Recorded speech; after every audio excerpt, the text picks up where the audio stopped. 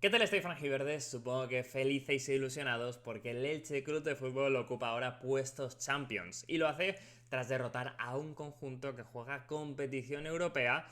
como es el Celta de Vigo, y por un 2-1 que incluso se pudo quedar corto, dado la superioridad que estaba mostrando el equipo de Sarabia o John López por entonces, sobre todo en la segunda parte sobre el equipo vigués. Y ahora lo analizaremos todo, lo que es el partido, pero con lo que hay que quedarse es que tras 7 jornadas, que ya son varias, no es anecdótico, el Elche Club de Fútbol está cuarto en primera división y es uno de los dos únicos equipos que quedan invictos en la liga. No por casualidad, como digo, sino porque es uno de los equipos que mejor está jugando y compitiendo en este inicio de campaña. Y por ahora, si hay que poner un objetivo, tiene que seguir siendo la permanencia. No digo otra cosa, pero toca disfrutar del que sin duda es por resultados, estilo, convicción, sorpresas e incluso afición,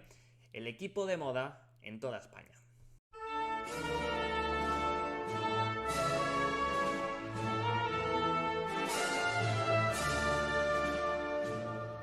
Comenzamos analizando el Elche 2, Celta 1, como siempre comentando el 11 de Sarabia, en el que esta semana tan particular, con 3 partidos, jornada intersemanal y demás, ya sabíamos que a Sarabia le gustaba mucho rotar. Prácticamente todos los jugadores han tenido su momento y en este caso hubo 8 cambios respecto al 11 ante Osasuna. Repitieron André da Silva, Álvaro Núñez y Febas. Lo demás, todo cambio. También en la portería, donde se fue Iñaki Peña tras 2 jornadas y volvió Dituro, que creo que todos teníamos claro que ni mucho menos iba a quedar toda la temporada en el banquillo jugando solo Copa, como se hace en la mayoría de equipos, por decirlo así, en lo que se hace un portero titular. Y se podía pensar que Iñaki Peña le había quitado el puesto, sin embargo Sarabia, y él mismo lo ha dicho, iba a mantener la rotación activa en las porterías y Dituro tenía sentido para el partido frente al Celta, aparte de por su nivel, por su jerarquía, por haber empezado bien la temporada, pues excelente juego de pies. Ahí es mejor que Iñaki Peña y ante un equipo que te iba a presionar alto, pues tenía bastante sentido y además, pues luego fue incluso decisivo en uno de los goles, luego lo comentaremos.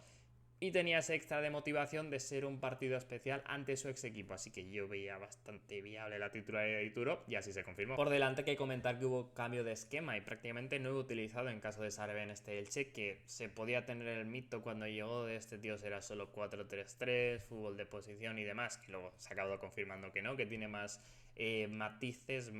es más flexible de lo que se podía pensar. Y también en el tema de los sistemas, porque en este caso venía casi de medio escenar uno en plan plona con un 5-4-1, 4-4-2 que ya comentamos en análisis post partido, y en este caso empleó, para mí, habiendo bastante movilidad y demás, pero para mí fue bastante claro, un 3-4-3, que es un poco lo que lleva utilizando bastante tiempo Claudio Giraldez con el Celta, y yo creo que motivado por la falta de un media punta como Rodri Mendoza, que no le termina de convencer quizás la juventud de Ali Houari por ahora, es pronto para el chico, y que Grady Diang, pues, que puede ser el media punta que tenga de suplente, por ahora lo ha usado en banda, parece que lo ve por dentro, pero quizás no está para ser titular de continuidad, por haber venido sin pretemporada y demás. Entonces lo que hizo fue defensa de 5, en lo que Álvaro Núñez volvió a ser central exterior, carrilero derecho Josan, carrilero izquierdo Pedrosa, hasta ahí todo más o menos lógico. El doble pivote con Febas y John siendo un perfil más físico que abarca más campo, mejor defensivamente ante un equipo ofensivo como es el Celta, y en su posición a priori más favorable junto a Alex Febas, que otro que tiene bastante recorrido para cubrir ahí con el doble pivote todo el centro del campo. Y por delante, pues esta doble media punta con Rafa Mir haciendo de delantero, segunda punta y demás, pero dejando la referencia claramente para Andrés da Silva. Y Germán Valera, que era lo más parecido al sustituto de Rodri Mendoza en el 11, por delante en esta posición que, como digo, en el Celta se ha visto bastante claro en esta última temporada, en la pasada con Yago Aspas, Fer López, este perfil de jugador con mucha libertad para ir para banda, para pasar al centro del campo, para ocupar esta zona de eso, de segunda punta más o menos, y un esquema que a mí particularmente me gusta y que creo que salió bien. El partido la verdad es que salió chulísimo, súper divertido para el espectador neutral, como creo que podíamos presagiar, porque son dos equipos ofensivos que van a morder al rival, aunque es verdad que vinieran de jornadas intersemanales quizá algo más cansados, aunque ambos han hecho bastantes rotaciones en sus partidos, pero bueno, particularmente además el Celta, que está con un inicio más complicado de temporada, viniendo de Stuttgart, un viaje lógicamente más largo, con el palo emocional que puede suponer todo el tema de la Europa League, pero vamos, de inicio ni mucho menos se notó. El Elche salió como siempre a ser protagonista, presionar alto, pero el Celta conseguía salir desde atrás,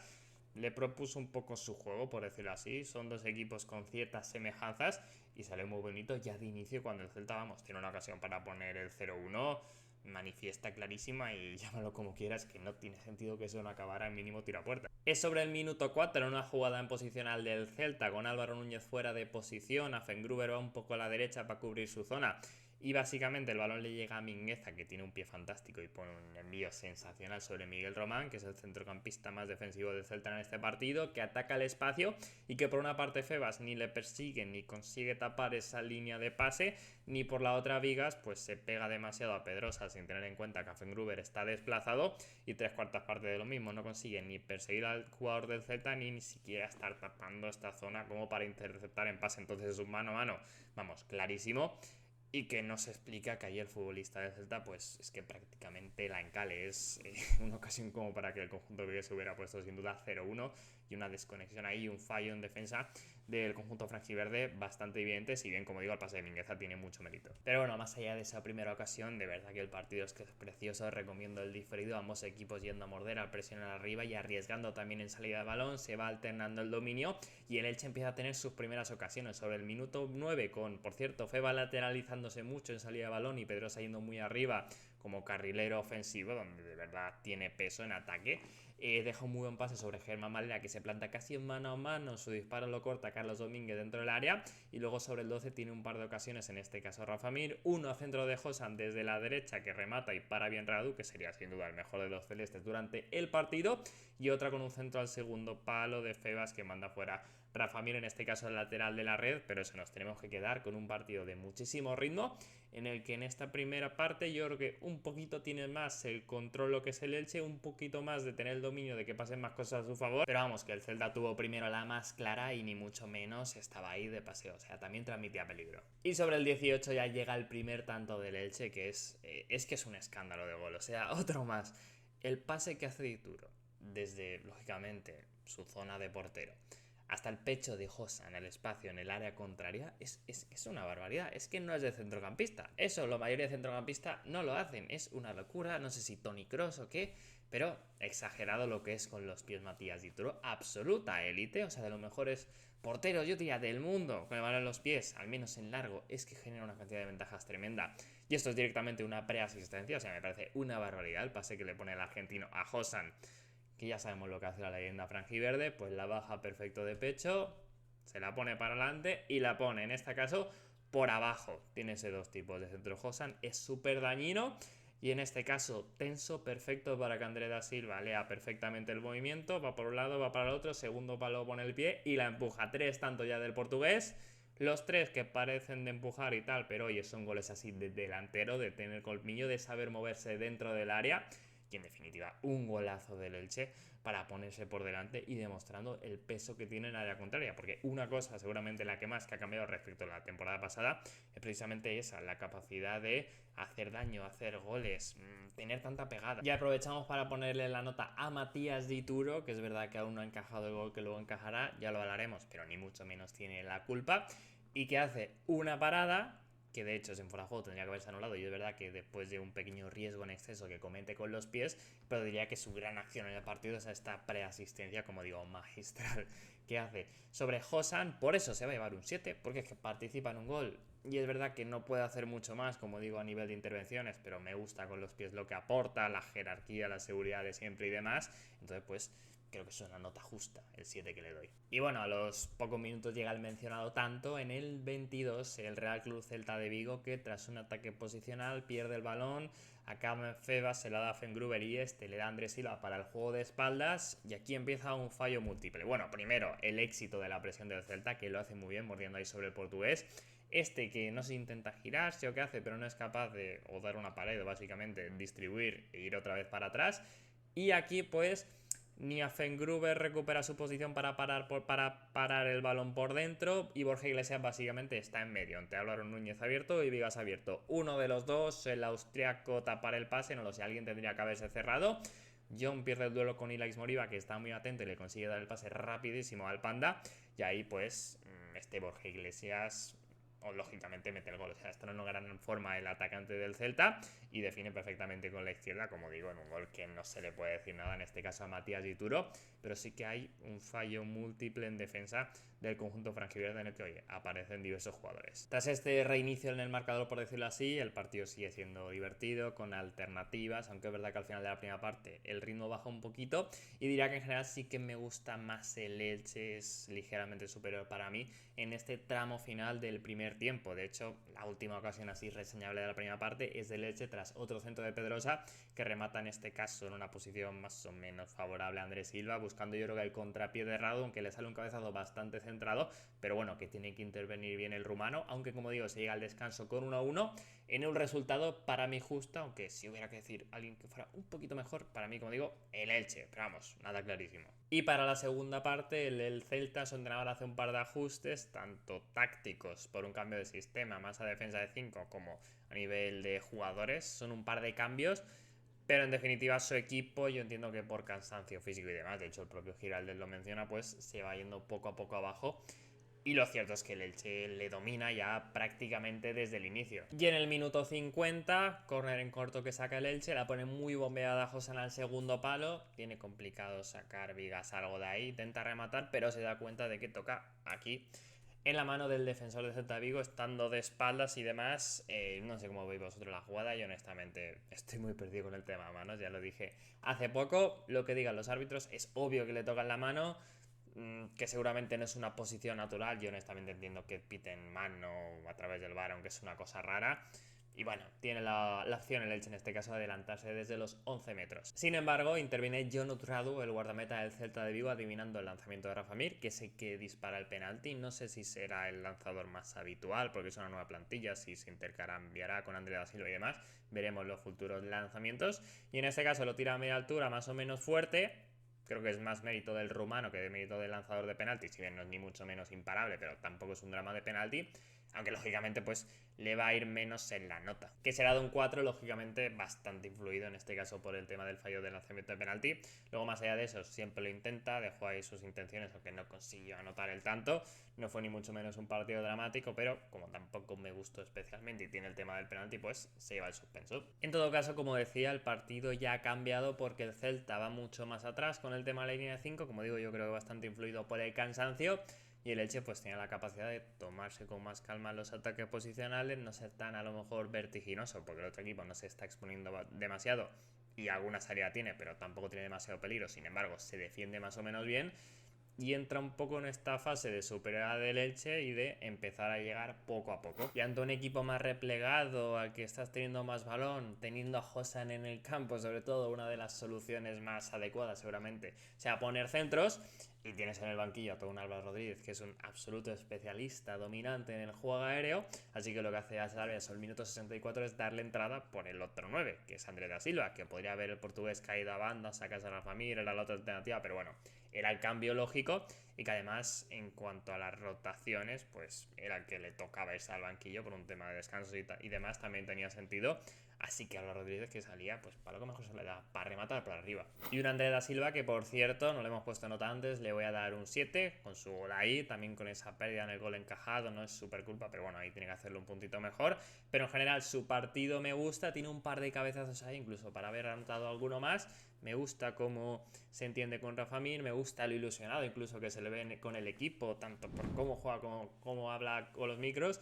Sabéis las expectativas que le tengo, y va poco a poco creciendo, ya acercándose a una versión potente suya. Y de hecho es que en el minuto 66, a los pocos de entrar, Josan desborda por banda derecha a Marcos Alonso, la pone y aparece el segundo para Álvaro Rodríguez bastante solo, porque están ambos centrales del Celta con Rafa Mir, y remata. Sin embargo, aparece otra vez Radu parando con los pies, un buen, en este caso, cabezazo para mí de Álvaro Rodríguez. Si bien es cierto que con el tiempo que tenía y demás, lo bueno que es en esta faceta, quizá podría haber colocado algo mejor. Es verdad que tiene mucho mérito para mí el guardameta vigués. Y luego, de hecho, está la segunda acción en la que Pedrosa medio roba, medio dispara, y Radu desde el suelo, medio lesionado, tocado muscularmente, un poco raro, la vuelve a parar, pero ya es otra doble ocasión, esta sí bastante clara del Elche. Pero tampoco había mucho que lamentarse, porque sobre el minuto 69 Germán Valera hace una jugada tremenda, se aleja de los centrales, pero se trae uno con él, recibe, dándose la vuelta, se va de él, o sea, es tremendo ahí el desborde que tiene después de recibir de Affengruber. Acelera, pisa área, le medio regala el gol a Álvaro Rodríguez, que remata con pierna derecha, si bien hay una segada muy buena, en este caso el central del Celta. Luego la busca el uruguayo, la despeja otra vez central, tumbada en el suelo, y ahí aparece de segunda línea Jon Setaia, apareciendo ahí como tiene que ser, acompañando la jugada, remata como puede y para adentro el 2-1 merecido del Elche, de un actor secundario que fue titular por sorpresa y que ahí se lleva pues su gran momento. Y Jon, por cierto, va a ser nuestro MVP. Es verdad que con un 8 empatado con diversos jugadores, que luego lo hablaremos, no me pareció una actuación increíble que fuera claramente de MVP, digamos, pues lo diferencia en el marcador. En este caso le suma mucho a Jon el hecho de serlo, de marcar el gol decisivo, acompañando bien la jugada, como decía, pero también porque es del 11 titular el que partía de más atrás. La mayor sorpresa después de un partido dramático contra Atlético de Madrid, sí que siendo tercer central, incorporándose arriba, que no le fue nada bien, y con poquitos minutos más que había tenido. En este caso entró como pivote titular, como alternativa a Aguado, más físico, con más recorrido, más para los duelos defensivos, en un tipo de partido diferente, y le salió súper bien a Sarabia. Vi bastante drama en redes sociales de, oh Dios mío, entra Jon. Honestamente no lo entiendo, creo que ha demostrado en el Elche el buen jugador que es, que más allá de que estuviera mal el último partido en el que fue titular y demás, me parece un poco absurdo, honestamente, pero bueno, más allá de eso, a tope con Jon, completó todo el partido, ese gol decisivo, veis así sus estadísticas, que estuvo correcto en el pase, bien defensivamente, me gustó su encuentro, aunque no fue espectacular tampoco, pero le tiene que sumar el tema del gol para categorizarlo en MVP, y ahí ese que se lo va a llevar. Y unos minutos después del gol, el Elche hace un cambio defensivo porque el Celta básicamente tiene la obligación ya de ir hacia adelante, de buscarlos. Y en este caso es la salida de Pedrosa, como ya lo conocemos, lateral más ofensivo por Petrot, más defensivo. Y por otra parte, Vigas por Chust, que me sorprende un poco, no sé si es por tema de cansancio o alguna cosa del capitán, por tema de Excel, de las rotaciones o qué, pero bueno, Chus también es una garantía absoluta, aunque es verdad que es llamativo ahí para mí y para Vigas. En este trámite hasta la siguiente ventana de cambios no pasa demasiado el Celta, la verdad es que aquí, como decía antes, se nota cansado, no termina de saber cómo atacar, poquitas ideas, y el Elche pues ya contemporizando, ya sin la idea de acelerar demasiado, pero queriendo ser aún protagonistas sin tampoco riesgos en excesos, y con Álvaro Rodríguez pues ganando sus duelos aéreos y demás, que si un remate de córner, que si la jugada esta, el controla un balón en largo, una calidad tremenda, se va de un par, luego dispara al centro, la para bien Radu, pero bueno, en definitiva el delantero uruguayo, que por cierto me gustó bastante sus minutos, pese a que no termina de encontrar el gol. Soy bastante fan de lo que está haciendo su temporada, la verdad, me parece un delantero con unas condiciones tremendas que las está demostrando, y tengo ganas de que el bote de ketchup se abra, como se suele decir, que el delantero tiene que marcar, y a ver si lo consigue para la cabeza, liberarlo un poco más, aunque ni mucho menos él nota obseso con el tema del tanto y demás, pero bueno, siempre es bueno para el delantero